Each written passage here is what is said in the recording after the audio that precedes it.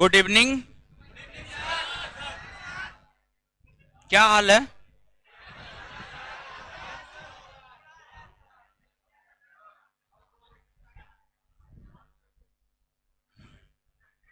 चलिए, शांति शांति शांति शांति।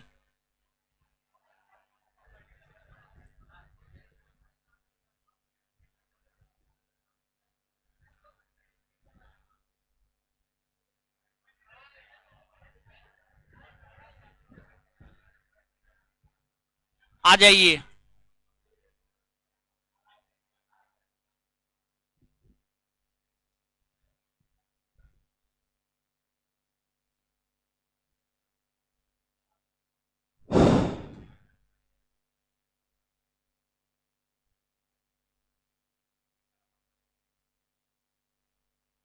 ए, पंखा इधर कीजिए, इधर कीजिए मेरे तरफ, बढ़िया से कीजिए।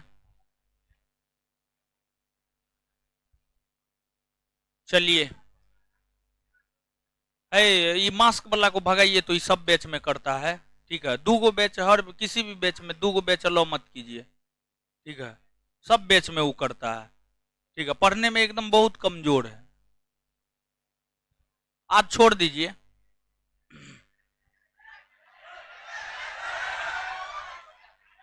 बैठिए बैठिए, हर बैच में करता हो। बैठिए, बैठने दीजिए, बैठाइए बैठाइए। 6 आदमी या 7 गो होइए। उधर डोलिए थोड़ा थोड़ा, हल्ला मत कीजिए। आपको है, हल्ला मत कीजिए। अब है, शांत होइए, शांति।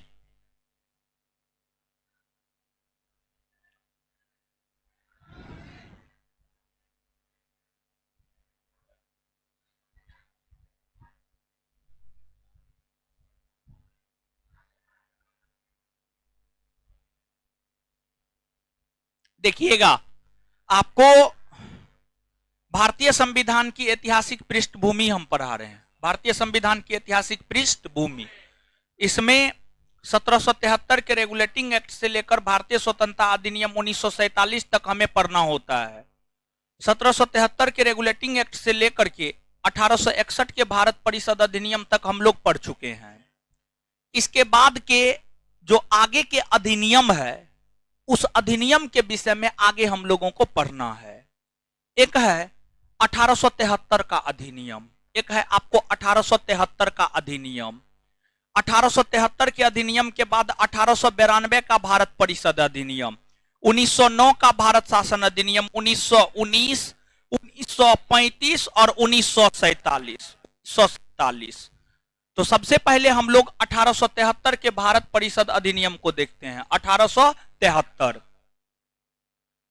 1873 के भारत परिषद अधिनियम में, 1873 के भारत परिषद अधिनियम में यह कहा गया कि जो ब्रिटिश ईस्ट इंडिया कंपनी है, उस कंपनी को कभी भी भंग किया जा सकता है, उस कंपनी को कभी भी भंग किया जा सकता है।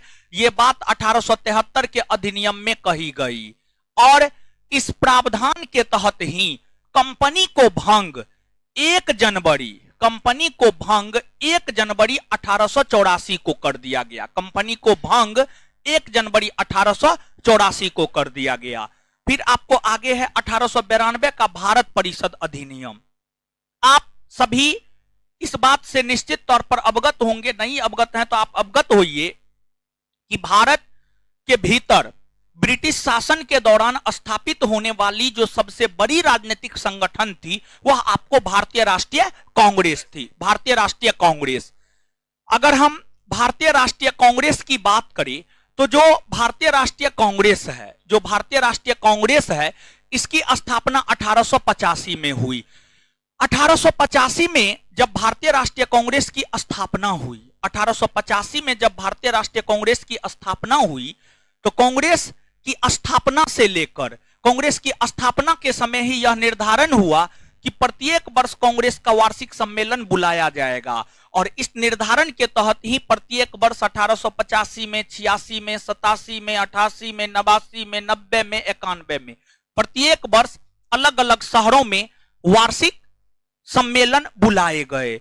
कांग्रेस के 1885 से लेकर 1891 ईस्वी तक, 1885 से लेकर 1891 ईस्वी तक कांग्रेस के जो वार्षिक सम्मेलन हुए, इस वार्षिक सम्मेलन के दौरान कांग्रेस ने जो मांग की, उन मांगों को ध्यान में रखते हुए ही ब्रिटिश संसद कांग्रेस के दबाव में आकर 1892 का भारत परिषद अधिनियम पारित किया। 1892 का भारत परिषद अधिनियम जो पारित हुआ है वह कांग्रेस के दबाव में आकर पारित हुआ है। तो आपसे यह बात पूछा जाता है, कौन ऐसा अधिनियम है जो कांग्रेस के दबाव में आकर पारित किया गया है? तो वह है 1892 का भारत परिषद अधिनियम। 1892 के भारत परिषद अधिनियम का काफी ऐतिहासिक महत्व है, काफी ऐतिहासिक महत्व है। कैसे काफी ऐतिहासिक महत्व है? तो भारत के भीतर निर्वाचन यानी चुनाव, समझिए, भारत के भीतर निर्वाचन यानी चुनाव। अगर हम चुनाव की बात करें, देखिए ध्यान दीजिएगा भाई लोग, यहां पर निर्वाचन यानी चुनाव, अगर हम चुनाव की बात करें तो चुनाव दो प्रकार से होता है। मुख्यतः चुनाव दो प्रकार से होते हैं, एक आपको प्रत्यक्ष चुनाव होता है और दूसरा आपको अप्रत्यक्ष चुनाव होता है। अगर हम प्रत्यक्ष चुनाव की बात करें तो प्रत्यक्ष चुनाव उस चुनाव को कहा जाता है जिसमें आम जनता प्रत्यक्ष तौर पर भाग लेता है, जैसे कि लोकसभा का चुनाव, जैसे कि विधानसभा का चुनाव। लोकसभा के चुनाव में आम जनता मतलब हम आप भाग लेते हैं। विधानसभा के चुनाव में आम जनता यानी हम आप भाग लेते हैं। तो ये दोनों प्रत्यक्ष चुनाव है। इसके अलावे जो आपको विधान परिषद का चुनाव है, समझ गए, विधान परिषद का चुनाव है, फिर आपको राज्यसभा का चुनाव है, राष्ट्रपति का चुनाव है, इसके बाद जो है आपको उपराष्ट्रपति का चुनाव है। ये सब ऐसे चुनाव होते हैं जिसमें आम जनता भाग नहीं लेते हैं, बल्कि आम जनता के द्वारा जो चुने हुए प्रतिनिधि होते हैं वो भाग लेते हैं। तो वैसे चुनाव जिसमें आम जनता भाग नहीं ले बल्कि आम जनता के द्वारा चुने हुए प्रतिनिधि भाग लेते हैं, उसी को हम लोग अप्रत्यक्ष चुनाव प्रणाली कहते हैं। तो भारत के भीतर जो चुनाव प्रणाली के अंतर्गत अप्रत्यक्ष चुनाव प्रणाली होना प्रारंभ हुआ है। अप्रत्यक्ष चुनाव प्रणाली 1892 के भारत परिषद अधिनियम के तहत होना प्रारंभ हुआ है। अप्रत्यक्ष निर्वाचन प्रणाली 1892 के भारत परिषद अधिनियम के तहत आपको होना प्रारंभ हुआ। फिर आपको इस अधिनियम के तहत 1892 के भारत परिषद अधिनियम के तहत जो विधान परिषद के सदस्य थे, देखिए ध्यान दीजिएगा भाई लोग, आप याद कीजिएगा, विधान परिषद से संबंधित 1853 है, 1861 है। 1853 के चार्टर एक्ट में यह कहा गया कि विधान परिषद के गठन के प्रावधान 1853 में, और फिर विधान परिषद का गठन 1861 में होना प्रारंभ हुआ। विधान परिषद में कुछ सदस्य लोग सबको मनोनीत किया गया, कुछ सदस्यों को भेजा गया। तो जो विधान परिषद के सदस्य थे उन्हें प्रश्न पूछने का अधिकार दिया गया कि वे प्रश्न पूछ सकते हैं, लेकिन उन्हें पूरक प्रश्न पूछने का अधिकार नहीं दिया गया। तो जो 1892 का भारत परिषद अधिनियम है, इसके तहत विधान परिषद के सदस्यों को प्रश्न पूछने का अधिकार दिया गया, लेकिन पूरक प्रश्न पूछने का अधिकार नहीं दिया गया। वही इस अधिनियम के तहत विधान परिषद के सदस्यों को बजट पर बोलने का अधिकार दिया गया, लेकिन मतदान करने का अधिकार नहीं दिया गया। देखिए, अगर हम बजट की बात करें तो भारतवर्ष में जो बजट पारित होना प्रारंभ हुआ है वह आपको 1860 ईस्वी में पहली बार बजट पेश हुआ था और यह जेम्स विल्सन के द्वारा प्रस्तुत किया गया था। जेम्स विल्सन के द्वारा प्रस्तुत किया गया था और शुरुआती दौर में पूरे भारतवर्ष के लिए एक ही बजट पेश होता था और जो बजट पेश होता था वह विधान परिषद में होता था।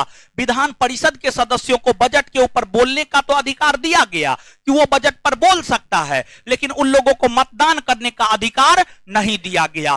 तो ये तमाम प्रकार के प्रावधान 1892 के भारत परिषद अधिनियम के हैं। 1892 के भारत परिषद अधिनियम के हैं। 1892 के भारत परिषद अधिनियम पारित होने के कुछ वर्षों के बाद 1909 ईस्वी में एक अधिनियम पारित हुआ जिसे हम लोग 1909 का भारत शासन अधिनियम कहते हैं। 1909 का भारत शासन अधिनियम कहते हैं। अगर हम 1909 के भारत शासन अधिनियम की बात करें तो इसे बनाने में इस समय के जो भारत सचिव और भारतीय वायसराय थे उनका योगदान था। 1909 के समय के जो भारत सचिव थे उनका नाम था आपको लॉर्ड मार्ले। लॉर्ड मार्ले। और 1909 के समय के जो भारतीय वायसराय थे उनका नाम था Lord Minto. Lord Minto. Lord Minto.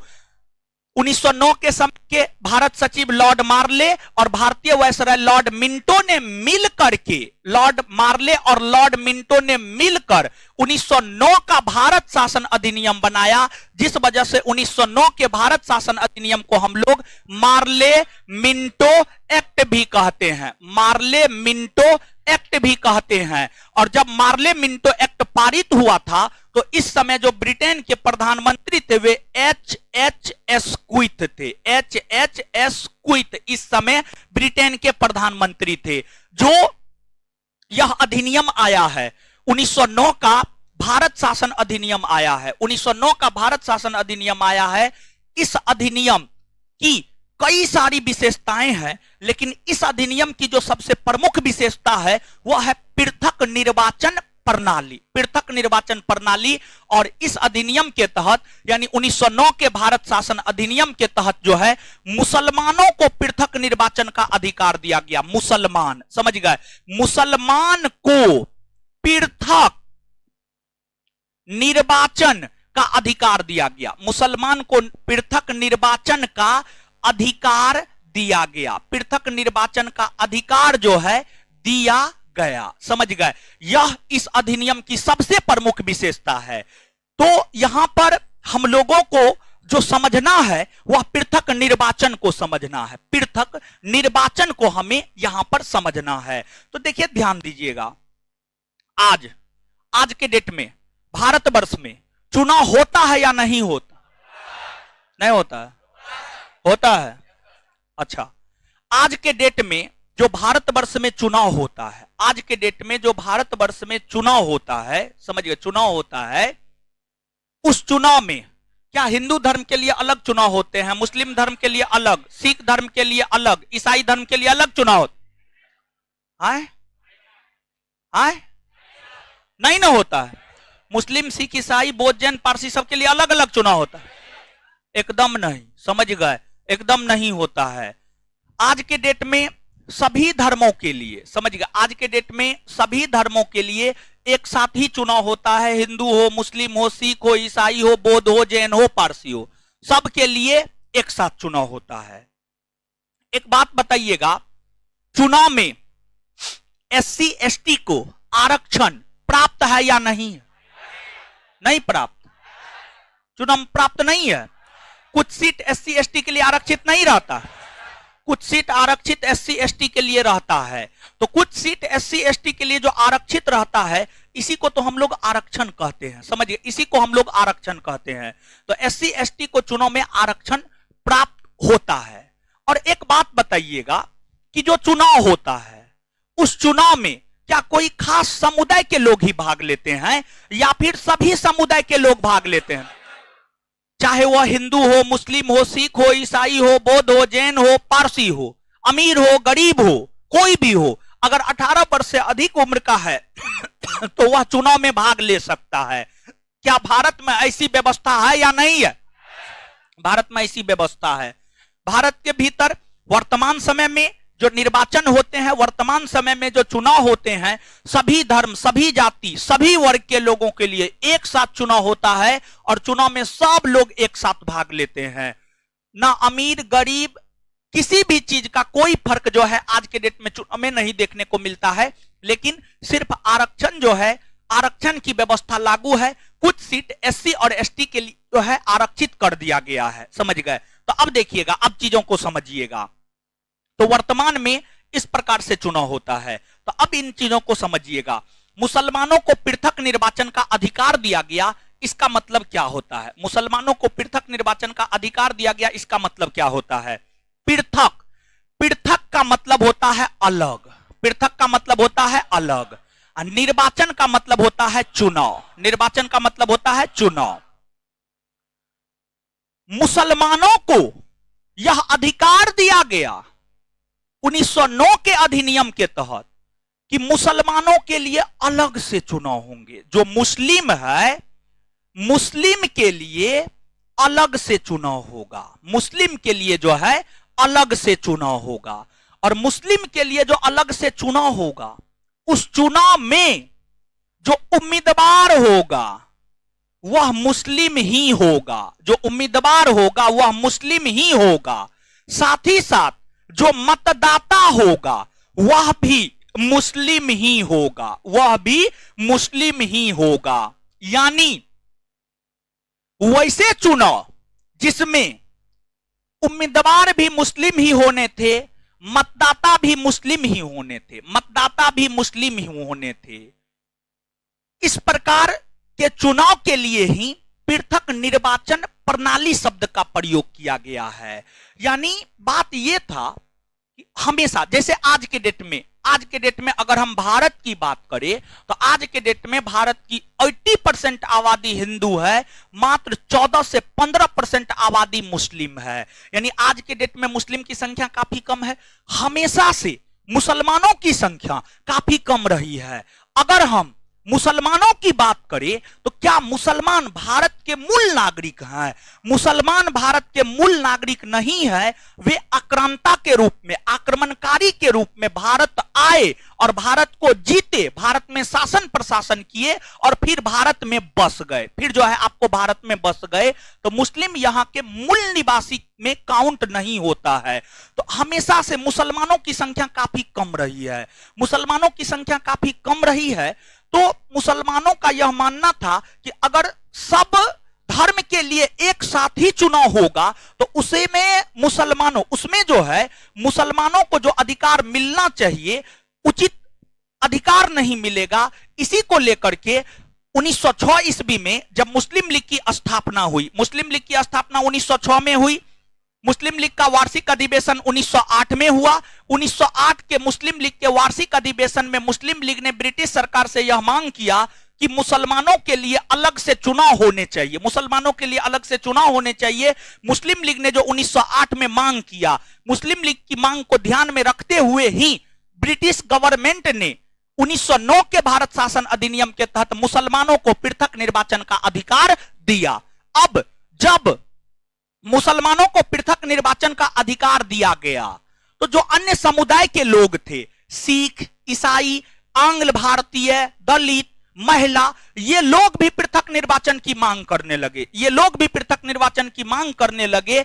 जिस कारण जब आपको 1919 का भारत शासन अधिनियम पारित हुआ तो 1919 के भारत शासन अधिनियम के तहत सिख, ईसाई और आंग्ल भारतीय, सिख, ईसाई और आंग्ल भारतीय को पृथक निर्वाचन का अधिकार दिया गया। फिर जब 1935 का भारत शासन अधिनियम पारित हुआ तो महिलाओं को, दलितों को, मजदूरों को पृथक निर्वाचन का अधिकार दिया गया। तो यहां पर आप इस बात को याद रखिएगा, मुसलमानों को पृथक निर्वाचन का अधिकार 1909 के तहत, सिख, ईसाई, आंग्ल भारतीय समुदाय के लोगों को पृथक निर्वाचन का अधिकार 1919 के तहत, दलित, महिला, मजदूर को पृथक निर्वाचन का अधिकार 1935 के तहत, 1935 के तहत। तो यह चीज है, आप इस बात को निश्चित तौर पे याद रखिएगा। तो पृथक निर्वाचन का मतलब कुछ समझे या नहीं समझे? ऊपर ऊपर से नहीं ना गया? अरे सीधा पृथक निर्वाचन, जो समुदाय होगा उसी समुदाय के उम्मीदवार होंगे, उसी समुदाय के मतदाता होंगे, उसी को हम लोग पृथक निर्वाचन कहते हैं, और क्या, और कुछ नहीं। समझ गए? तो ये चीज है। अब देखिएगा, जो आपको 1909 का भारत शासन अधिनियम है, 1909 के भारत शासन अधिनियम की और भी कई सारी विशेषताएं हैं। और भी कई सारी विशेषताएं ये है कि 1909 के भारत शासन अधिनियम में यह भी बात कहा गया कि जो वायसराय का कार्यकारिणी परिषद है, वायसराय के कार्यकारिणी परिषद में एक भारतीय सदस्य को शामिल किया जाएगा, एक भारतीय सदस्य को शामिल किया जाएगा। और 1909 के प्रावधानों के तहत ही वायसराय के कार्यकारिणी परिषद में एक भारतीय सदस्य को शामिल किया गया, जिसका नाम था सर सत्येंद्र प्रसाद सिन्हा। सर सत्येंद्र प्रसाद सिन्हा जो वायसराय का कार्यकारिणी परिषद है, उसमें शामिल होने वाला जो प्रथम भारतीय वह है सर सत्येंद्र प्रसाद सिन्हा, सर सत्येंद्र प्रसाद सिन्हा। फिर 1909 का जो भारत शासन अधिनियम है, 1909 के भारत शासन अधिनियम के तहत विधान परिषद के सदस्यों को बजट पर मतदान करने का अधिकार और पूरक प्रश्न पूछने का अधिकार दिया गया। समझ गए? तो विधान परिषद के सदस्यों को बजट पर मतदान करने का अधिकार और पूरक प्रश्न पूछने का भी अधिकार 1909 के भारत शासन अधिनियम के तहत ही दिए गए हैं। ये सभी के सभी 1909 के भारत शासन अधिनियम की प्रमुख विशेषता है। इन विशेषताओं को आप याद रखिएगा। यहां तक अब आप लिखिएगा। 1873 का 1873 का 1873 का 1873 का अधिनियम 1873 का अधिनियम डैश देकर, इस अधिनियम में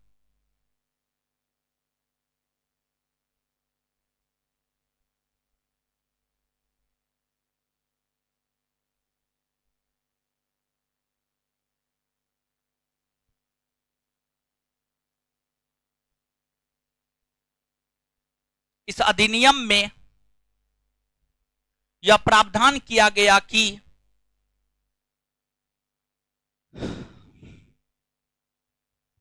इस अधिनियम में यह प्रावधान किया गया कि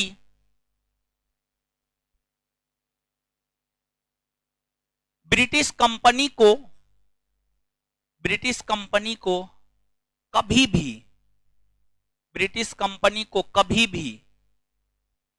भी भंग किया जा सकता है।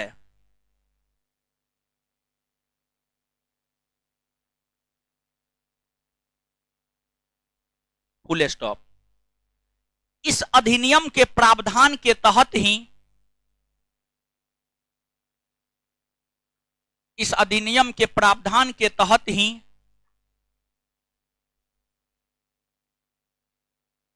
इस अधिनियम के प्रावधान के तहत ही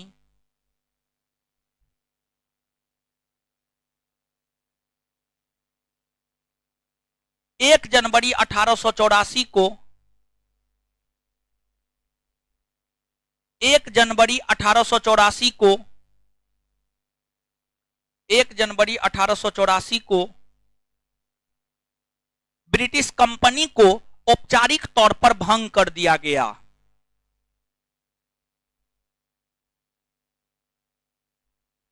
ब्रिटिश कंपनी को औपचारिक तौर पर भंग कर दिया गया। ब्रिटिश कंपनी को औपचारिक तौर पर भंग कर दिया गया। औपचारिक तौर पर भंग कर दिया गया। Full stop. आगे 1892 का भारत परिषद अधिनियम। आगे हेडिंग मारिएगा 1892 का भारत परिषद अधिनियम। आगे हेडिंग मारिएगा 1892 का भारत परिषद अधिनियम। 1892 का भारत परिषद अधिनियम डैश देकर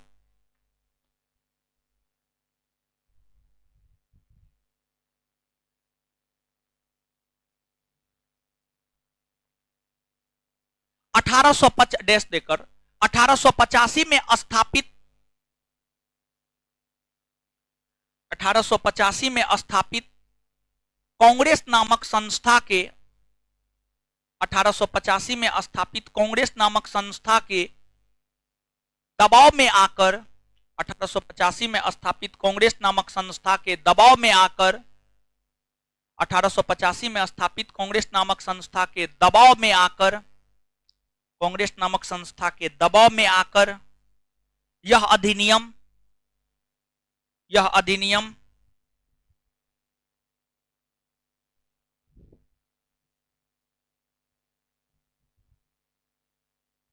यह अधिनियम पारित हुआ।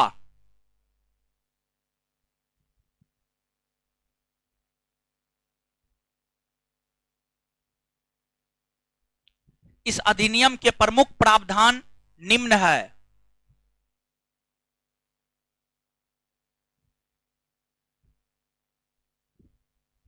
इस अधिनियम के प्रमुख प्रावधान निम्न है।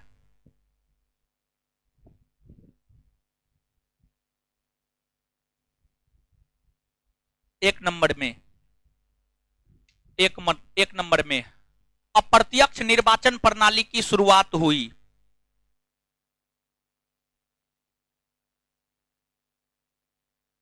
अप्रत्यक्ष निर्वाचन प्रणाली की शुरुआत हुई।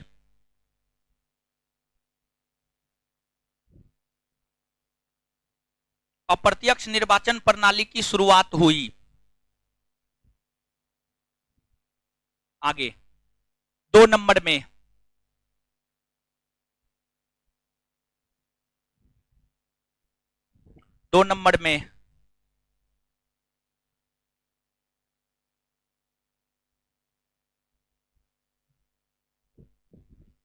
विधान परिषद के सदस्यों को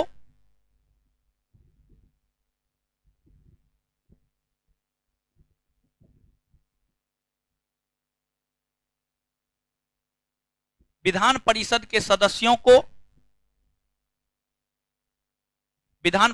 सदस्यों को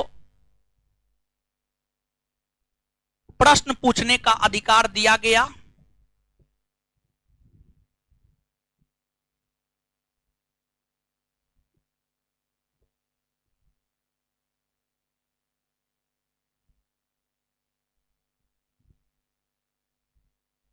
विधान परिषद के सदस्यों को प्रश्न पूछने का अधिकार दिया गया, लेकिन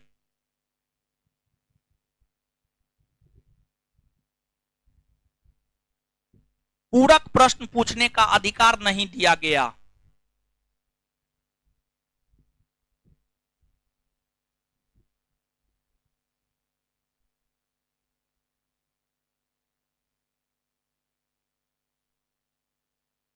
पूरक प्रश्न पूछने का अधिकार नहीं दिया गया। नेक्स्ट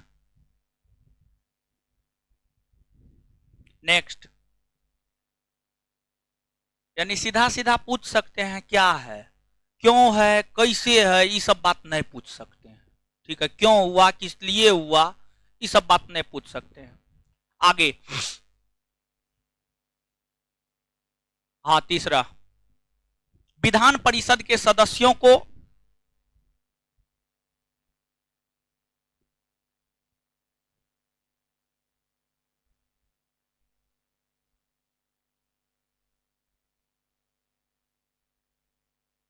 विधान परिषद के सदस्यों को बजट पर बोलने का अधिकार दिया गया।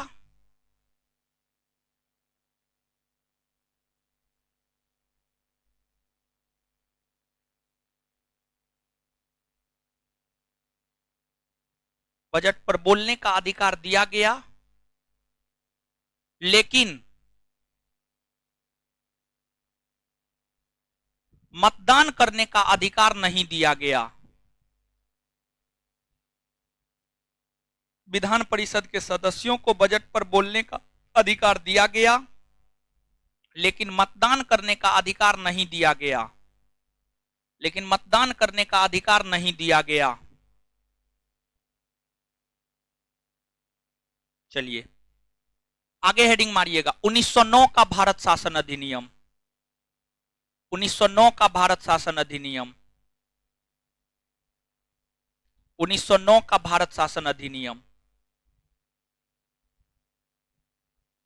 1909 का भारत शासन अधिनियम लिखिएगा।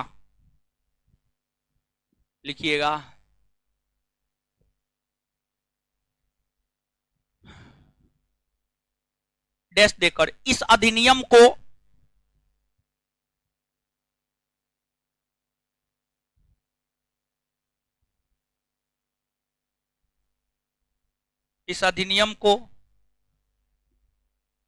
भारत के भारत सचिव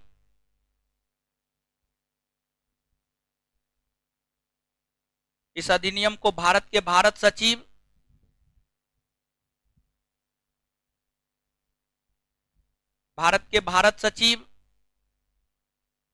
लॉर्ड मार्ले तथा भारतीय वायसराय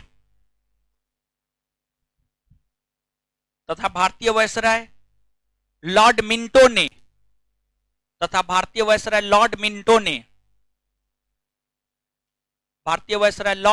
ने मिलकर बनाया,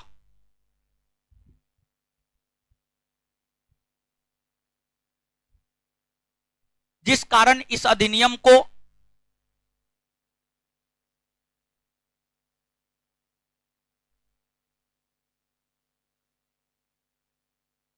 मार्ले मिंटो एक्ट कहते हैं, जिस कारण इस अधिनियम को मार्ले मिंटो एक्ट कहते हैं।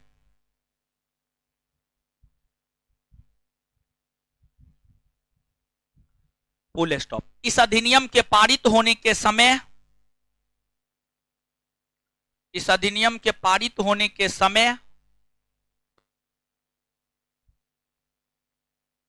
ब्रिटिश प्रधानमंत्री एच एस्क्विथ थे। इस अधिनियम के पारित होने के समय ब्रिटिश प्रधानमंत्री एच एस्क्विथ थे। एक्विथ कह लीजिए,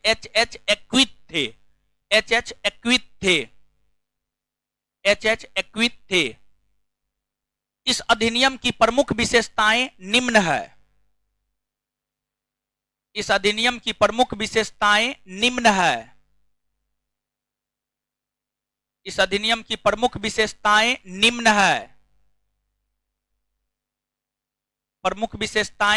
है। एक नंबर में मुसलमानों को पृथक निर्वाचन का अधिकार दिया गया। मुसलमानों को पृथक निर्वाचन का अधिकार दिया गया।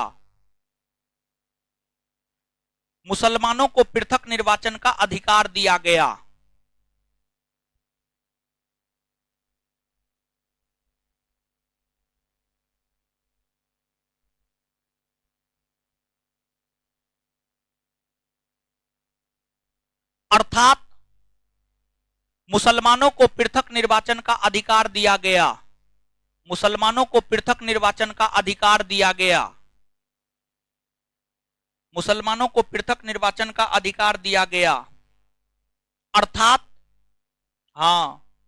अर्थात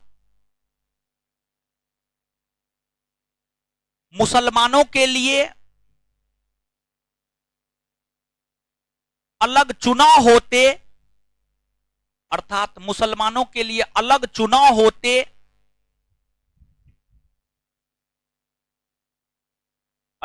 होते,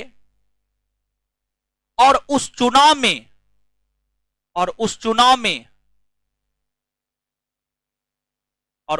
में मतदाता और उस चुनाव में उम्मीदवार और मतदाता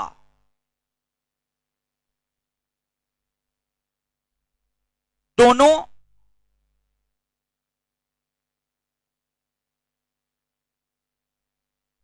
मुसलमान ही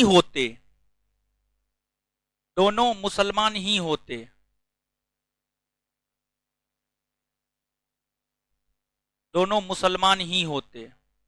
मोबाइल भी चलाते हैं ना हो, दोनों साथ, दोनों काम एक साथ। हे भगवान, बताइए कैसे होगा? ऐसे में जानते हैं कौन नौकरी होगा? मल्टीटास्किंग वाला नौकरी होगा, MTS वाला, चतुर्थ वर्गीय। MTS में क्या होता है जानते हैं? अफसर सबका फाइल ढोना होता है, ठीक है, अफसर को पानी पिलाना होता है। देखिए एगो बात एक बार में एगो काम कीजिए, दूगो काम मत कीजिए। पढ़ना है तो पढ़िए ही, अब मोबाइले चलाना है तो आराम से रूम में बैठिए, कम्बल तानिए, मोबाइल चलाइए, क्या हो, समझे।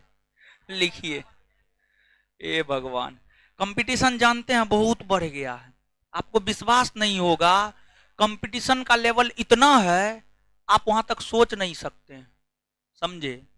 और ये जानते हैं कंपटीशन कौन बढ़ाया है? नीतीश कुमार। दरोगा का वैकेंसी जो लगातार दे रहा है, 1717, 126, 2446, 212, समझ गए, 2213, फिर आगे 1760 आने वाला है, 1760 आगे आने वाला है, समझे। तो यही वैकेंसी, यही जो है ना कंपटीशन बढ़ा दिया है। फिर बिहार पुलिस में 10,000, 8415, 11,000, समझे, लोग जागरूक हो गया है। और इस कंपटीशन में अगर फाइनल सिलेक्शन चाहिए ना, बहुत कंसंट्रेशन के साथ पढ़ना होगा, समझे, यही सच है। वास्तविकता से लोग अवगत नहीं है अभी, समझे। आप लोगों का जो रिजल्ट होगा ना, एक मार्क के कारण होगा, एक मार्क के कारण नहीं होगा। जो ऑन एवरेज विद्यार्थी है, समझिए, जो ऑन एवरेज विद्यार्थी है। लिखिए, लिखिए, क्या कीजिएगा, अब सबका अपना अपना है। हाँ,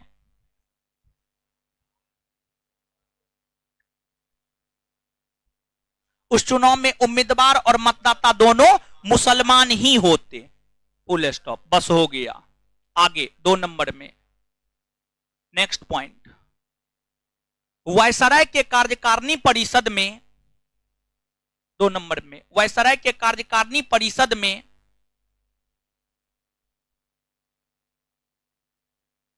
वायसराय के कार्यकारिणी परिषद में एक भारतीय सदस्य को शामिल किया जाएगा। वायसराय के कार्यकारिणी परिषद में एक भारतीय सदस्य को शामिल किया जाएगा।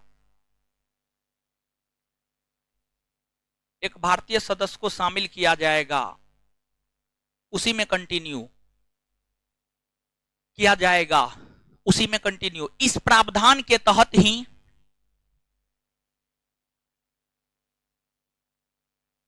इस प्रावधान के तहत ही वायसराय के कार्यकारिणी परिषद में, इस प्रावधान के तहत ही वायसराय के कार्यकारिणी परिषद में शामिल होने वाले प्रथम भारतीय, वायसराय के कार्यकारिणी परिषद में शामिल होने वाले प्रथम भारतीय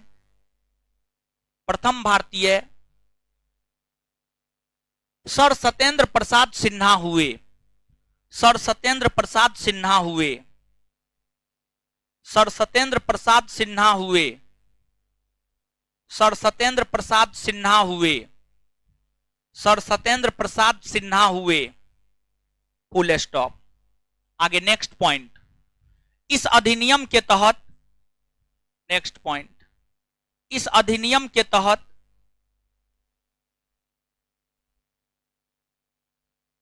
इस अधिनियम के तहत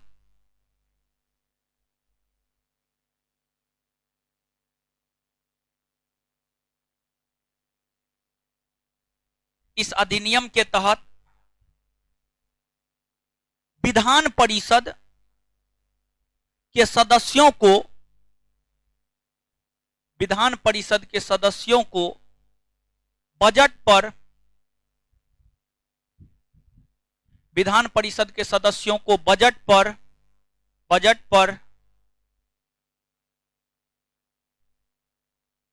पर मतदान करने का अधिकार प्रदान किया गया।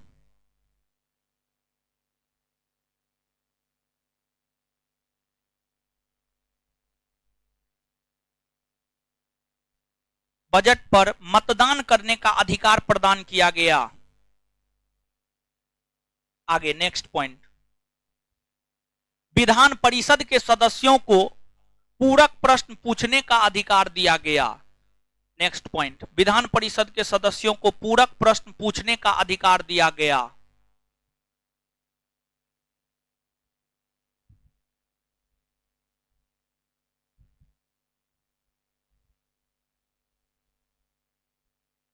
पूरक प्रश्न पूछने का अधिकार दिया गया।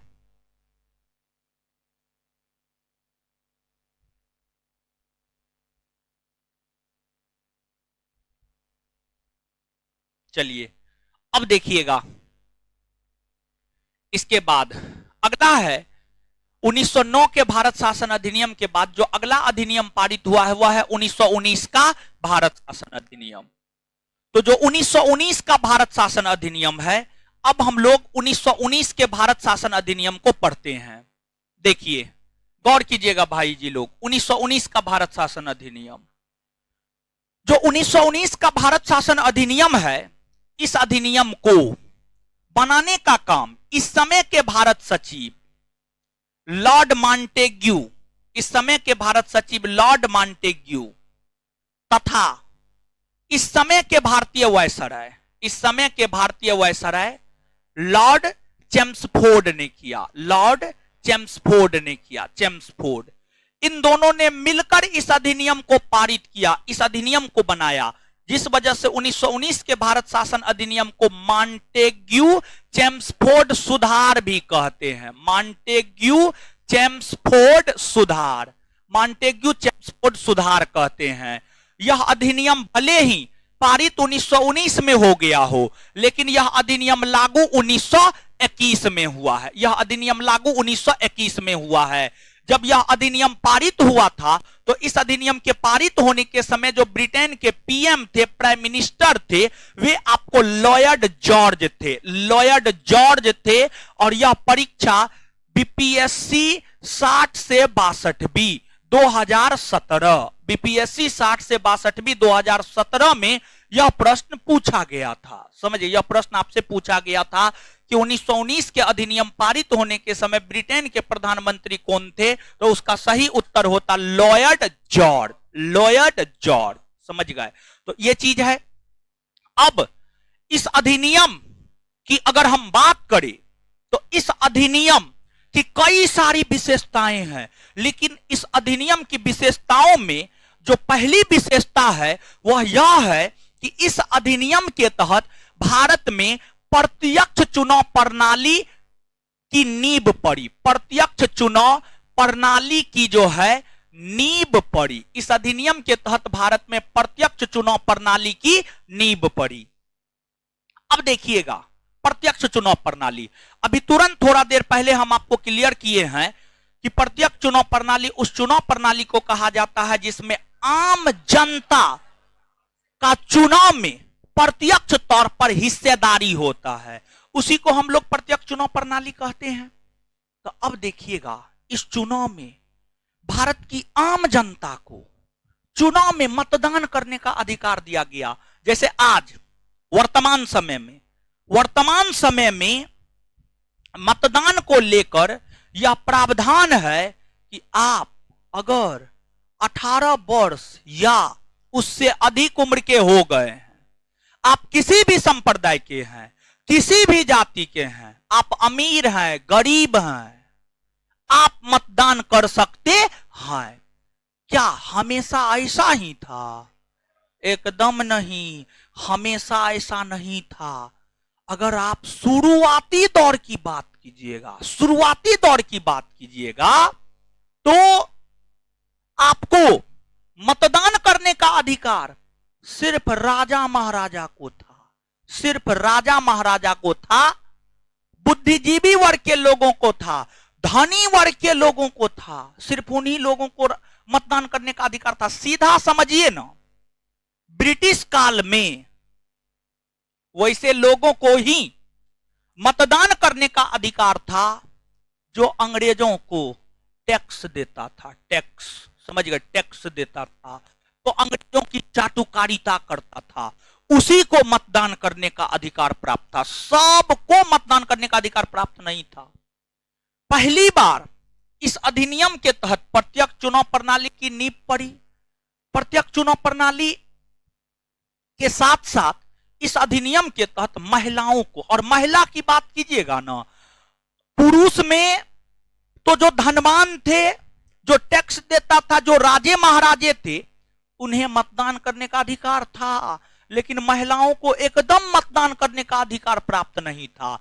भारतवर्ष के भीतर पहली बार जो महिलाओं को मतदान करने का अधिकार मिला है वह आपको 1919 के भारत शासन अधिनियम के तहत ही तो महिलाओं को मतदान करने का अधिकार जो प्राप्त हुआ है वह आपको 1919 के भारत शासन अधिनियम के तहत, और इस अधिनियम से ही भारत में विधान परिषद के लिए प्रत्यक्ष तौर पर चुनाव होना प्रारंभ हुआ, जिसमें आम जनता भाग लेना शुरू किया, तो ये चीज है, आप इसको याद रखिएगा। इसके बाद अब देखिएगा भाई जी लोग, बजट को लेकर के, बजट समझिए, बजट अगर हम बजट की बात करें, सबसे पहले तो वर्तमान परिदृश्य को आप देखिए। आपको भारत सरकार है, मोदी सरकार है, केंद्र सरकार है, जो कहना है आप कह लीजिए, केंद्र सरकार के है, भारत सरकार के है, मोदी सरकार के, सब एक बात है। फिर आपको राज्य सरकार है, नीतीश कुमार की सरकार है, नीतीश कुमार कहिए या राज्य सरकार कहिए, भारत सरकार या मोदी सरकार या केंद्र सरकार पूरे भारतवर्ष के लिए एक बजट पेश करता है, लेकिन वहीं क्या नीतीश कुमार अपने राज्य के लिए बजट पेश नहीं करता है या नहीं करता? अगर नहीं जानते हैं तो आप जानिए, करता है, समझिए, करता है। भारत सरकार पूरे भारतवर्ष के लिए बजट प्रस्तुत करता है, और जो आपको नीतीश सरकार है या फिर आपको ममता बनर्जी की सरकार है या फिर आपको जो है किसी की भी सरकार है, वो जो है अपना अलग अलग अपने राज्य के लिए बजट पेश करता है। तो अब देखिएगा भाई जी लोग, आपको भारत में बजट की हम बात करें तो भारत में जो बजट पेश होना शुरू हुआ है 1860 ईस्वी में जब भारत में बजट पेश होना शुरू हुआ था, तो पूरे भारतवर्ष के लिए सिर्फ एक बजट पेश होता था, पूरे भारतवर्ष के लिए सिर्फ एक बजट पेश होता था, पूरे भारतवर्ष के लिए सिर्फ एक बजट प्रस्तुत होता था। लेकिन 1919 के भारत शासन अधिनियम 1919 के भारत शासन अधिनियम में यह प्रावधान किया गया कि केंद्रीय बजट से राज्य के बजट को अलग किया जाएगा, केंद्रीय बजट से राज्य के बजट को अलग किया जाएगा। यानी यह कहा गया कि केंद्र सरकार अलग बजट पेश करेगा और जो राज्य सरकार है वह अपना अलग बजट पेश करेगा, यह प्रावधान 1919 के भारत शासन अधिनियम में किया गया। इसके बाद केंद्र सरकार अलग बजट पेश करने लगा, राज्य सरकार अलग बजट पेश करने लगा, और वर्तमान समय में हमारे देश में यही प्रावधान लागू है। केंद्र सरकार अपना अलग बजट पेश करता है और राज्य सरकार अपना अलग बजट पेश करता है, समझ गए? तो ये चीज है, आप याद रखिएगा। तो यहां तक पहले लिखिए,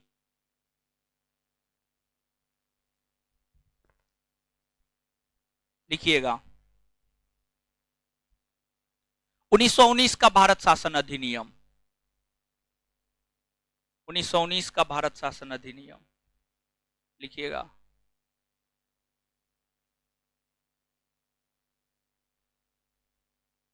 लिखिएगा इस अधिनियम को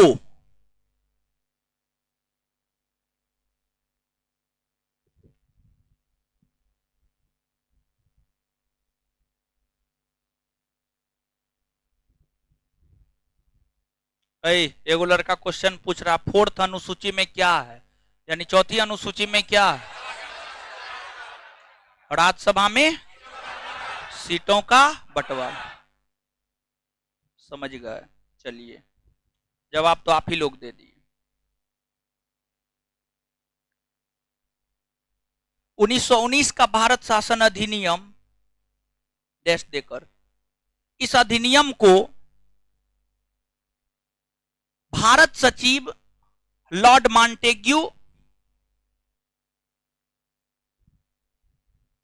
इस अधिनियम को भारत सचिव लॉर्ड मॉन्टेग्यू,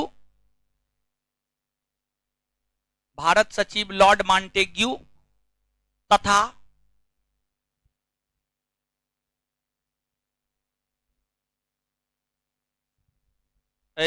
कम से कम बोर्डों पर से तो बढ़िया से देख के लिखियो, मां बकलोल एकदम गलती फलती लिखती है, मुंह हम तोड़ देंगे, समझे? आप ही को बोल रहे हैं, देखिए तो मॉन्टेग्यू ऐसे होगा ना, देखिए तो क्या लिखे हैं आप, बोर्ड पे नहीं देखते हैं, वो कहाँ ध्यान रहता है,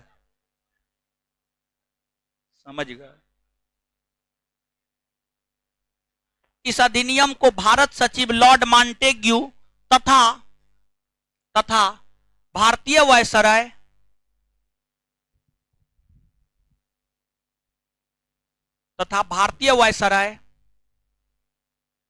चेम्सफोर्ड, भारतीय वायसराय चेम्सफोर्ड, चेम्सफोर्ड,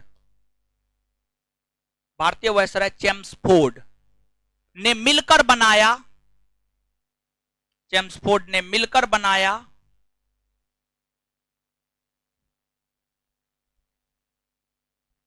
जिस कारण इस अधिनियम को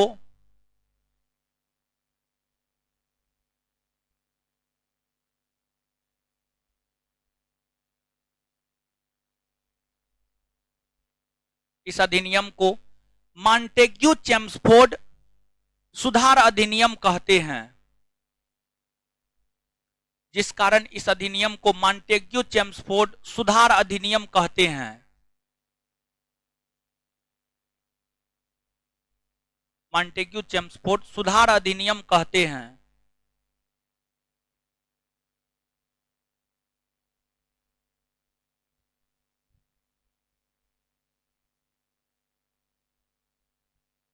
इस अधिनियम के पारित होने के समय, उसी में कंटिन्यू कीजिएगा, इस अधिनियम के पारित होने के समय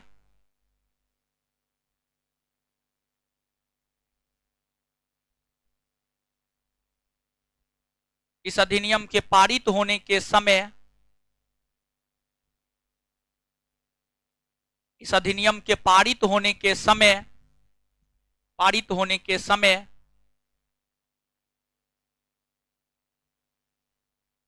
ब्रिटेन के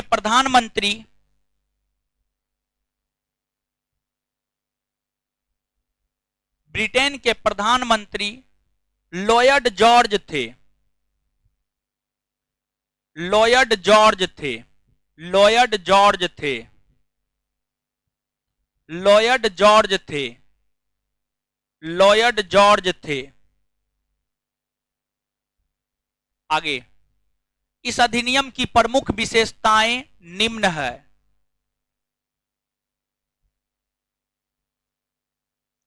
इस अधिनियम की प्रमुख विशेषताएं निम्न है। इस अधिनियम की प्रमुख विशेषताएं निम्न है। प्रमुख विशेषताएं निम्न है। एक नंबर में प्रत्यक्ष चुनाव प्रणाली की शुरुआत हुई। एक नंबर में प्रत्यक्ष चुनाव प्रणाली की शुरुआत हुई। प्रत्यक्ष चुनाव प्रणाली की शुरुआत हुई। प्रत्यक्ष चुनाव प्रणाली की शुरुआत हुई। दो नंबर में महिलाओं को मतदान करने का अधिकार मिला। महिलाओं को मतदान करने का अधिकार मिला।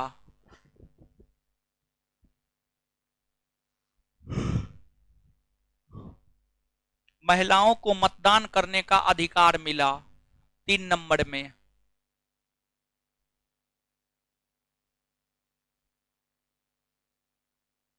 क्या बताए थे, केंद्रीय बजट से राज्य के बजट को अलग किया गया। तीन नंबर में केंद्रीय बजट से राज्य के बजट को अलग किया गया। केंद्रीय बजट से राज्य के बजट को अलग किया गया। केंद्रीय बजट से राज्य के बजट को अलग किया गया। केंद्रीय बजट से राज्य के बजट को अलग किया गया।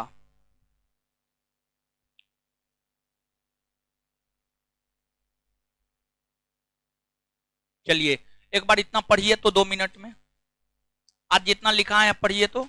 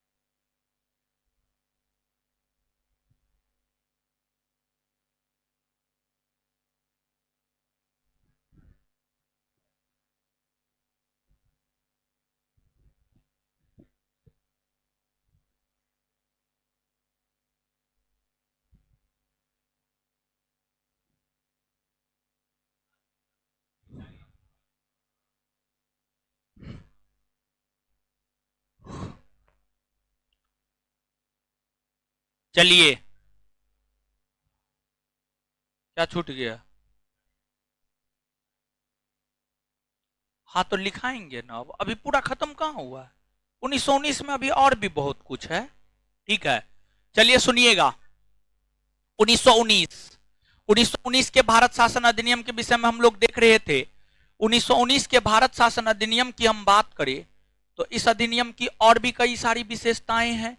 तो इस अधिनियम की जो और भी कई सारी विशेषताएं हैं, इस अधिनियम की अन्य विशेषताओं को हम लोग देखते हैं। अन्य विशेषता, इस अधिनियम की हम बात करें तो इस अधिनियम में यह कहा गया कि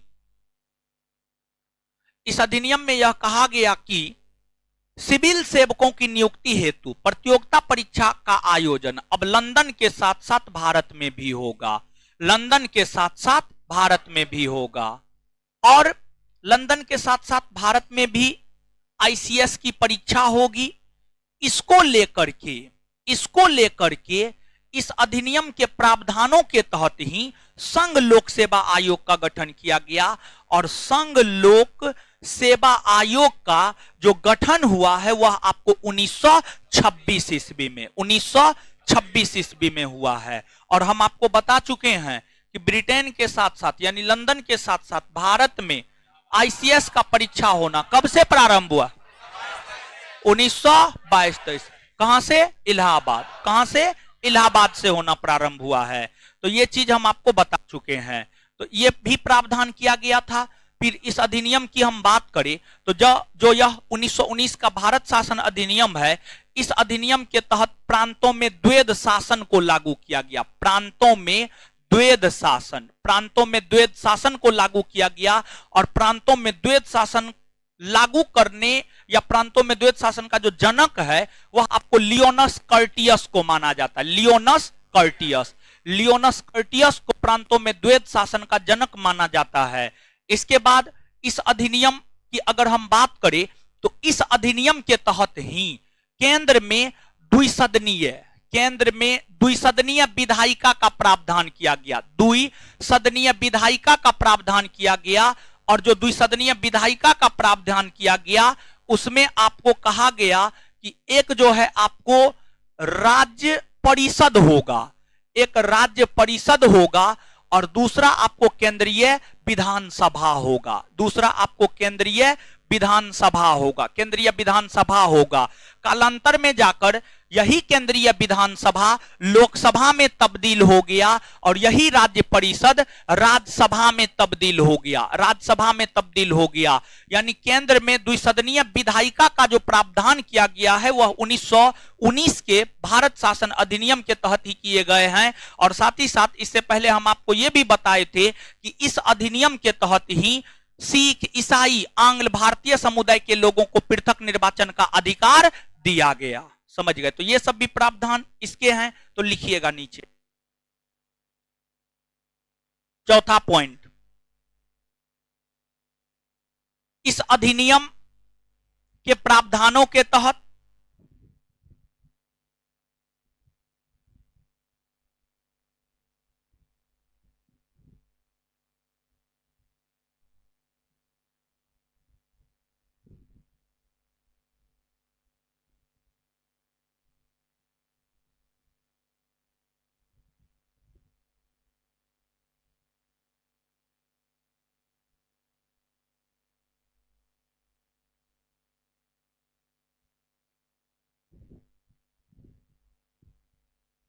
चलिए लिखिएगा, इस अधिनियम के प्रावधानों के तहत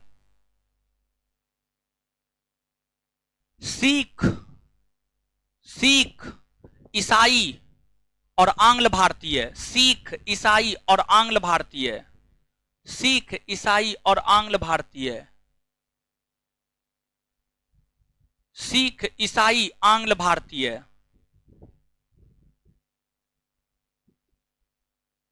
पता नहीं क्या होता है, नहीं जानते हैं हम। ठीक है, एकदम एक के दिन में सब विद्वान बनेगा। ठीक है,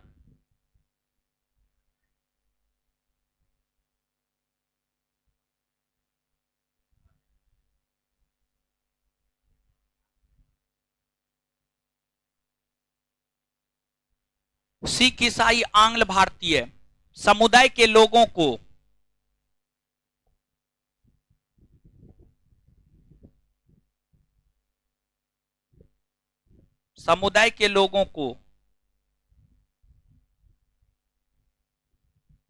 पृथक निर्वाचन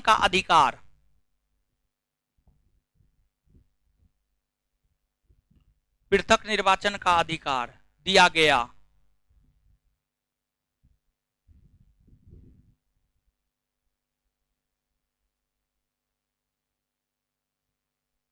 आगे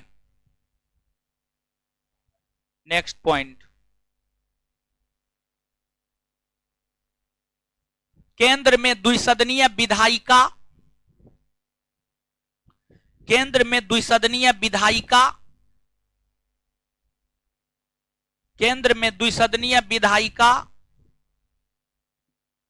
का प्रावधान किया गया।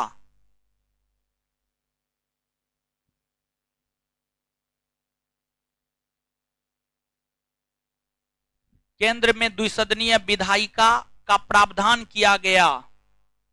1 नंबर में राज्य परिषद, 2 नंबर में केंद्रीय विधानसभा। केंद्र में द्विसदनीय विधायिका का प्रावधान किया गया। 1 नंबर में राज्य परिषद, 2 नंबर में केंद्रीय विधानसभा।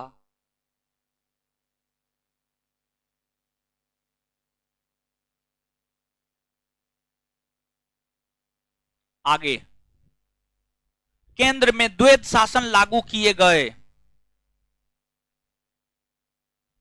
नेक्स्ट पॉइंट, केंद्र में द्वैध शासन लागू किए गए। सॉरी प्रांत में, सॉरी प्रांत में, केंद्र में नहीं, सॉरी काटिए। प्रांत में द्वैध शासन लागू किए गए। प्रांत में द्वैध शासन लागू किए गए। प्रांत में द्वैध शासन लागू किए गए।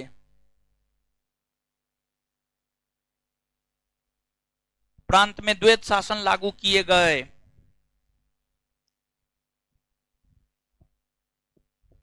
Full stop. नेक्स्ट पॉइंट, संघ लोक सेवा आयोग का गठन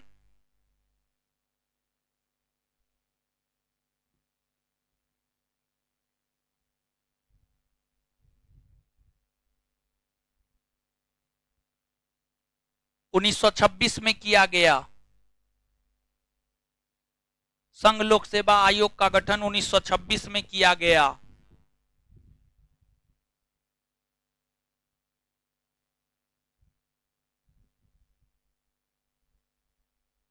चलिए अब देखिएगा, जब यह अधिनियम पारित हुआ था ना, 1919 का भारत शासन अधिनियम जब पारित हुआ था, तो इस अधिनियम के पारित होने के समय ही यह प्रावधान किया गया था। 1919 का अधिनियम जब पारित हुआ था, तो इस अधिनियम के पारित होने के समय ही यह प्रावधान किया गया कि यह अधिनियम भारत में सही रूप में काम कर रहा है या नहीं कर रहा है। इसकी जांच हेतु 10 वर्षों के बाद एक आयोग गठित किया जाएगा। इस अधिनियम की जांच हेतु 1929 ईस्वी में आयोग गठित किया जाना था, लेकिन 1929 से पहले ही इस अधिनियम की जांच हेतु 1919 के भारत शासन अधिनियम की जांच हेतु 1927 ईस्वी में साइमन कमीशन आयोग का गठन किया गया। साइमन कमीशन आयोग का गठन किया गया। साइमन कमीशन आयोग का भारत आगमन 1928 में हुआ। साइमन कमीशन आयोग ने अपनी रिपोर्ट 1930 में दी। साइमन कमीशन आयोग का जो रिपोर्ट 1930 में आया, इस रिपोर्ट पर विचार विमर्श करने के लिए 3 गोलमेज सम्मेलन आयोजित हुए, और 3 गोलमेज सम्मेलन जो आयोजित हुए उसमें पहला 1930 में, दूसरा 1931 में और तीसरा 1932 में। साइमन कमीशन आयोग के रिपोर्ट पर जो 3 गोलमेज सम्मेलन हुए, इस 3 गोलमेज सम्मेलन के आधार पर ही जाकर भारत शासन अधिनियम 1935 बनकर तैयार हुआ। भारत शासन अधिनियम 1935 बनकर तैयार हुआ, और यह अधिनियम जो ब्रिटिश सरकार के द्वारा पारित किया गया है, यह ब्रिटिश सरकार के द्वारा पारित किया गया सबसे बड़ा अधिनियम था। ब्रिटिश सरकार के द्वारा पारित किया गया सबसे बड़ा अधिनियम था भारत शासन अधिनियम 1935। इसमें 321 गो अनुच्छेद था, 10 गो अनुसूची था, लेकिन इसमें प्रस्तावना का अभाव था। समझ गए, इसमें प्रस्तावना का अभाव था। जब यह अधिनियम पारित हुआ था तो इस अधिनियम के पारित होने के समय जो ब्रिटेन के प्रधानमंत्री थे वे स्टैनले बाल्डविन थे। स्टैनले बाल्डविन थे। इस अधिनियम की कई सारी विशेषताएं हैं, तो जो इस अधिनियम की कई सारी विशेषताएं हैं उन विशेषताओं को एक एक करके हम लोग देखेंगे। लेकिन नीचे से लिखिएगा, लिखिएगा, हेडिंग मारिएगा, साइमन कमीशन आयोग। क्या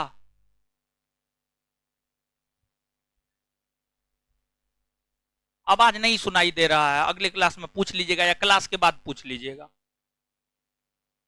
आवाज आइए नहीं रहा है, कुछ सुनाइए नहीं दे रहा। ठीक है, बाद में पूछ लीजिएगा क्लास के बाद। क्या बोल रहा है वो? ओ अच्छा ठीक, चूड़ देंगे हम मोबाइल। ठीक है, गुस्सा आया हम चूड़ देंगे, दिमाग में रखिएगा। लिखिए, साइमन कमीशन आयोग, लिखिएगा।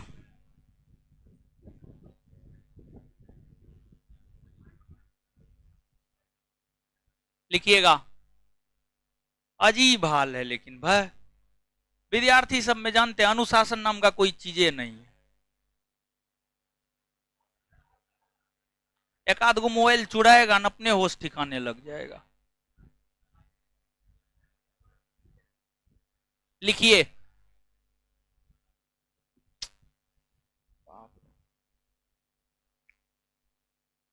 साइमन कमीशन आयोग 1919 के अधिनियम 1919 के अधिनियम की जांच हेतु 1919 के अधिनियम की जांच हेतु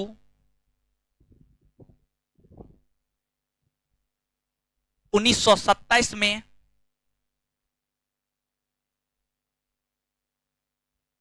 1927 में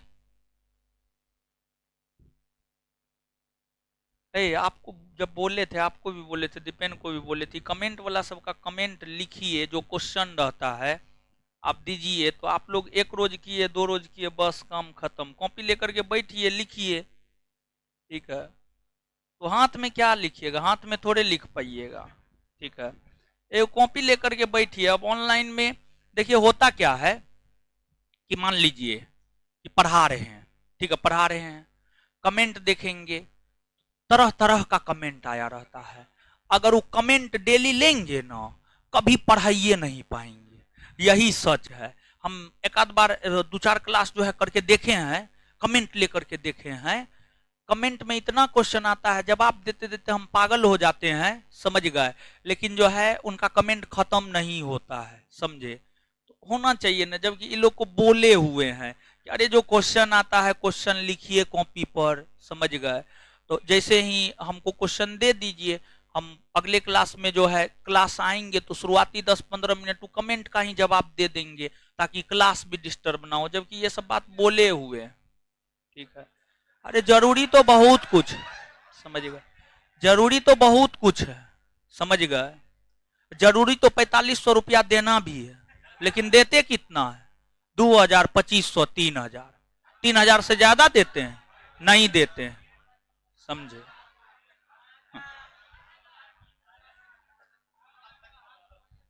लिखिए, अरे पैसा का बात छोड़िए, पैसा का कोई दिक्कत ना है।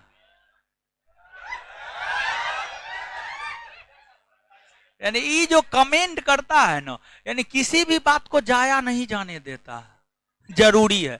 अरे जो जरूरी है हम समझते हैं कि हाँ जरूरी है, तब ना हम ये बात बोल रहे हैं। अगर हमको लगता कि ये जरूरी नहीं है तो हम इसको बोलते नहीं, ना बोलते, समझ रहे हैं। आए? ऐसे खिसियाएगा, खिसिया करके का उखाड़ेगा? कोनो खराब बात हम इसको बोले हैं? बढ़िया बात बोले हैं। अब मान लीजिए विद्यार्थी का कमेंट लेगा, क्वेश्चन लेगा, हमको दे देगा, हम क्लियर कर देंगे, ये तो अच्छी बात ना है, समझिए, ये कोनो गलत बात थोड़े है। ठीक है,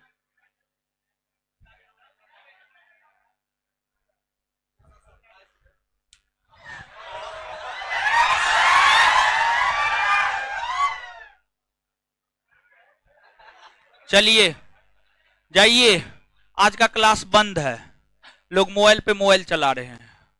ठीक है, जाइए, क्लास बंद है।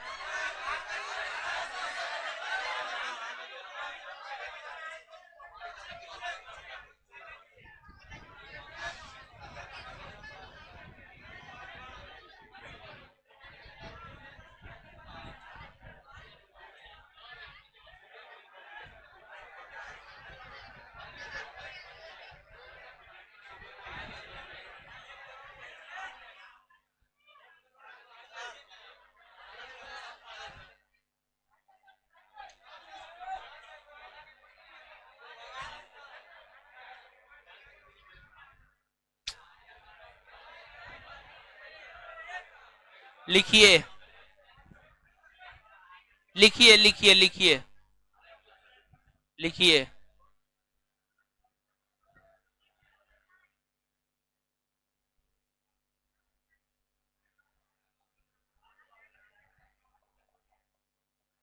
लिखिएगा, क्या लिखे हैं? 1919 के अधिनियम की जांच हेतु 1927 में 1927 में सर जॉन साइमन की अध्यक्षता में सर जॉन साइमन की अध्यक्षता में सर जॉन साइमन की अध्यक्षता में सर जॉन साइमन की अध्यक्षता में एक 7 सदस्यीय आयोग गठित हुआ। एक 7 6 के बाद 7, एक 7 सदस्यीय आयोग गठित हुआ। 7 सदस्यीय आयोग गठित हुआ जिसे 7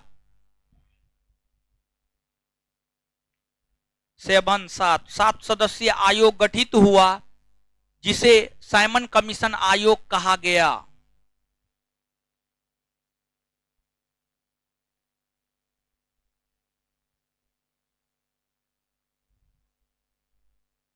जिसे साइमन कमीशन आयोग कहा गया। इस आयोग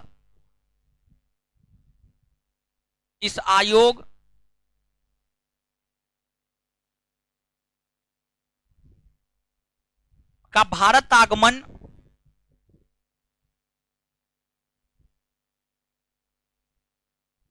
इस आयोग का भारत आगमन 1928 में हुआ।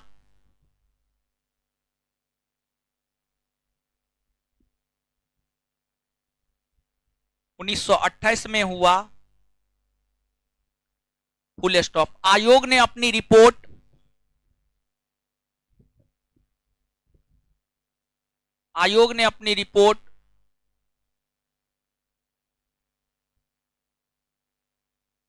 1930 में दी।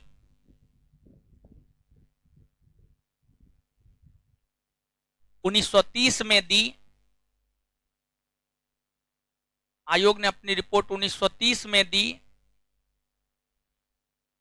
1930 में दी। इस रिपोर्ट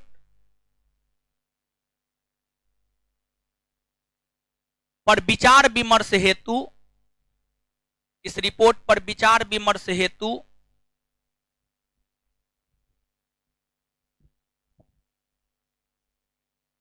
3 गोलमेज सम्मेलन 3 गोलमेज सम्मेलन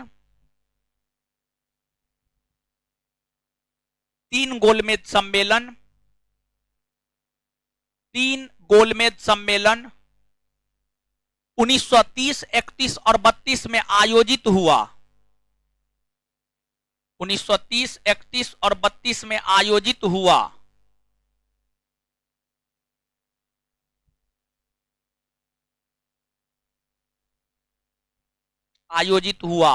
जिसके आधार पर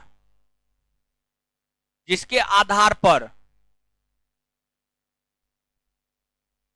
भारत शासन अधिनियम 1935, जिसके आधार पर भारत शासन अधिनियम 1935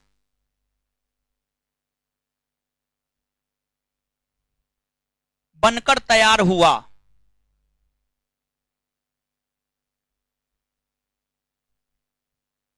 बनकर तैयार हुआ।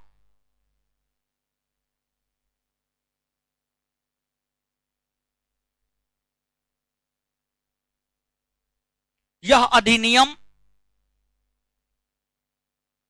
एक मिनट रुकिए रुकिए, छोड़ दीजिए, यह अधिनियम को काटिए काटिए, आगे हेडिंग मारिएगा, भारत शासन अधिनियम 1935। भारत शासन अधिनियम 1935।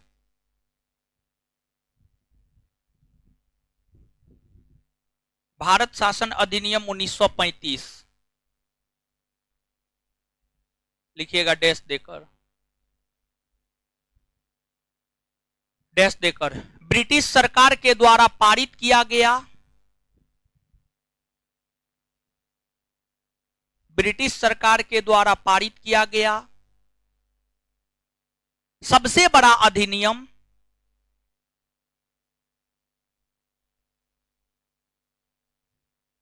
ब्रिटिश सरकार के द्वारा पारित किया गया सबसे बड़ा अधिनियम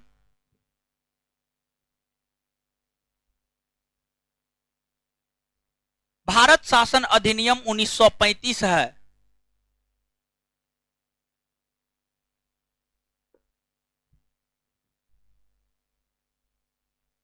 इस अधिनियम में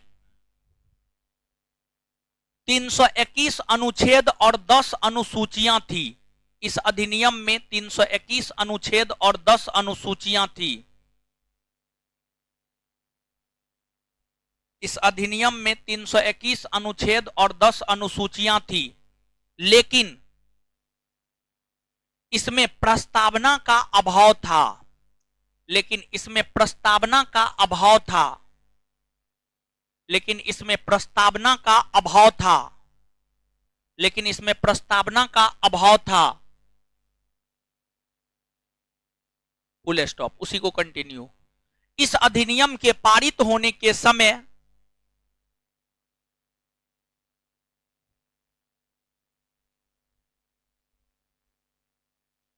इस अधिनियम के पारित होने के समय ब्रिटेन के प्रधानमंत्री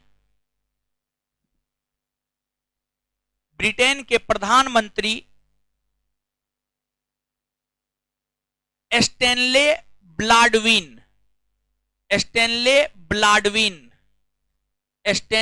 ब्लैडविन लिखा हुआ है, STANLEY,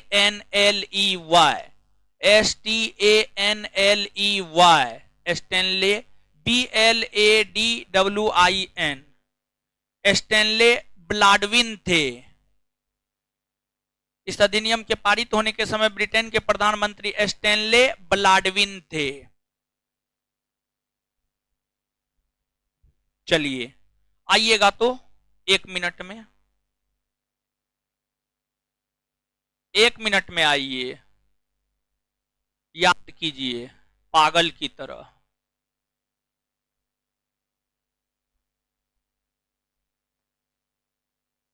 चलिए बताइएगा,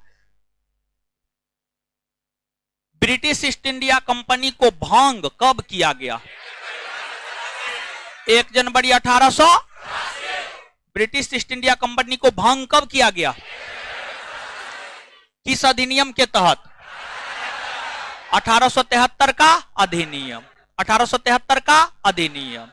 आगे कौन सा अधिनियम ब्रिटिश संसद ने कांग्रेस के दबाव में आकर पारित किया? 1800 विधान परिषद के सदस्यों को प्रश्न पूछने का अधिकार किस अधिनियम? बजट पर बोलने का अधिकार 1892। 1909 के भारत शासन अधिनियम को किस नाम से जाना जाता है? Morley Minto. 1909 के भारत शासन अधिनियम पारित होने के समय ब्रिटेन के प्रधानमंत्री कौन? H H Asquith. मुसलमानों को पृथक निर्वाचन का अधिकार किस अधिनियम के तहत? 1900 वायसराय के कार्यकारिणी परिषद में शामिल होने वाला प्रथम भारतीय सत्येंद्र प्रसाद वायसराय के कार्यकारिणी परिषद में किस अधिनियम के तहत शामिल हुए? 1900 विधान परिषद के सदस्यों को पूरक प्रश्न पूछने का अधिकार। 1900 बजट पर मतदान करने का अधिकार। 1909। आगे बताइएगा कि जो आपको 1919 कहां है? ऊपर है, देखिए ना, ऊपर ना है, नीचे है, कहां है? यहां है। 1919 के अधिनियम को और किस नाम से जानते हैं? मॉन्टेग्यू चेम्सफोर्ड सुधार।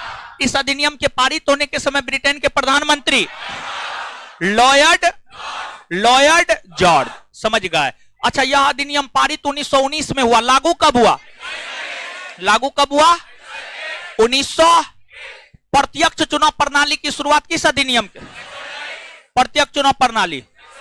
यहां पे गौर कीजिएगा, ध्यान से याद रखिएगा। अप्रत्यक्ष चुनाव प्रणाली 1892, अप्रत्यक्ष चुनाव प्रणाली 1919। इसको स्पष्टता पूर्वक याद रखिएगा। अप्रत्यक्ष चुनाव प्रणाली 1800। लड़की लोग को तो लगता है एकदम ससुराल आई हुई, समझे? सब एकदम मुंह में लड्डू लेके बैठी हुई। देख रहे हो फट्टा से मुंह खुल जाएगा, 2-4 रोज चलेगा ना, अपने मुंह फटाफट खुलेगा। समझ गए? लड़का लोग बकलोल है, पागल है ये सब का। ये सबको क्या समझते हैं?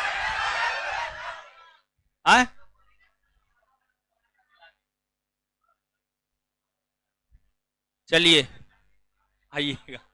अरे याद करवाते हैं, याद कीजिए। जिंदगी भर ऐसे ही ये बेलना बेलते रह जाइएगा, समझे? बेलना बेलने बच्चा खिलाने के अलावा कोनो काम नहीं मिलेगा। पढ़िए लिखिए, बढ़िया बढ़िया काम कीजिएगा।